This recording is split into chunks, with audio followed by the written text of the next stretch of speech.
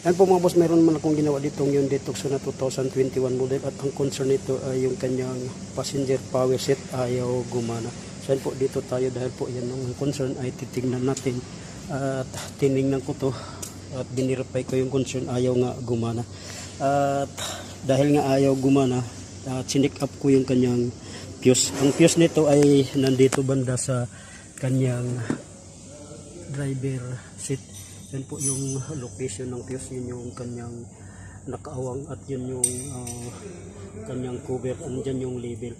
At dahil nga ayaw gumana, kaya binuksan ko rin to at in-inspection ko.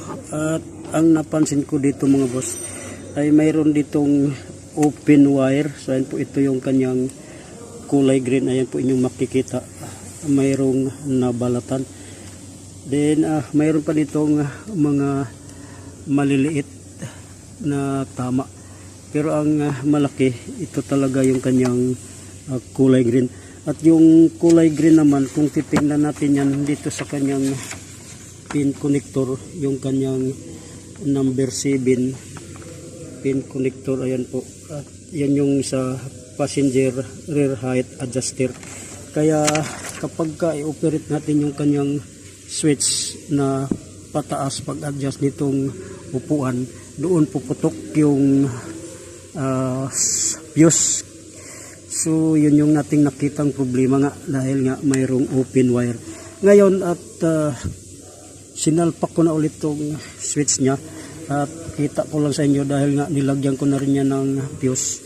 Titingnan ko ulit kung mag-ooperate siya ng maayos.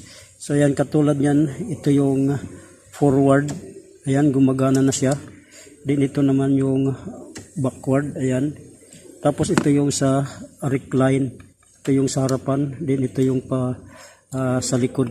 Tapos ito yung height adjuster ng pataas, ayan, gumagana na siya. Then pababa naman, ayan, pataas niya na sa likuran, gagana na rin siya, ayan. So ito yung ating nakitang problema, may dumikit sa body. Kaya ang gagawin ko lang muna dito ay lagyan ko yan ng tip, dahil nga hindi naman kalakihan yung nabalatan, at i-fix ko na to at ayusin ko lang pag tip. Yan po, ito lang po muna yung ating update sa araw na to. Sana naman po itong video na to ay makatulong sa inyong lahat. God bless at mabuhay po kayong lahat. Hanggang susunod pa nating mga gagawing video.